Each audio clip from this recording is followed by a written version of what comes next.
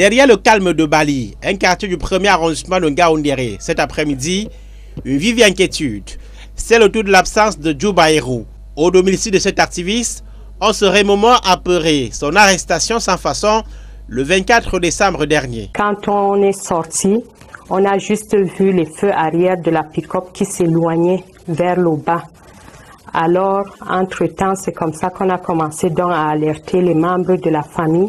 Ce jeune très actif sur les réseaux sociaux a été amené par des hommes en civil dans un pick-up banalisé. Il avait été contacté par un ami qui se présentera plus tard avec ses bourreaux. Le récit de ce proche de Djou Baïrou s'appuie sur le compte rendu de l'ami du disparu, libéré lui peu après. Il y a donc 2 personnes qui les ont bloqués de dos et qui a demandé des CENI. Il a dit que ces personnes portaient des tenues sombres avec des petits sacs au niveau de la poitrine. La famille de ce jeune de la trentaine craint pour sa sécurité.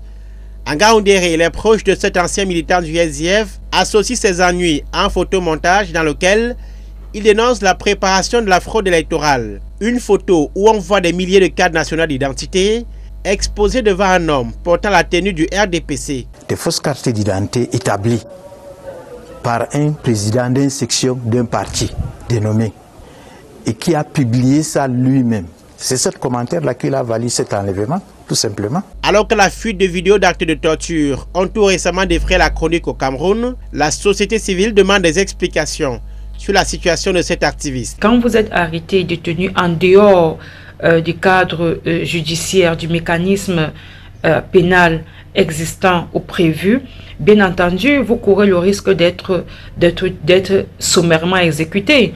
Vous courez le risque d'être torturé. Pour l'instant, c'est le silence radio autour de la disparition de Djou Baïrou. Contacté, l'antenne régionale de la Commission des droits de l'homme de l'Adamawa dit suivre la situation. Mais elle n'est pas informée non plus sur le lieu de détention de l'activiste.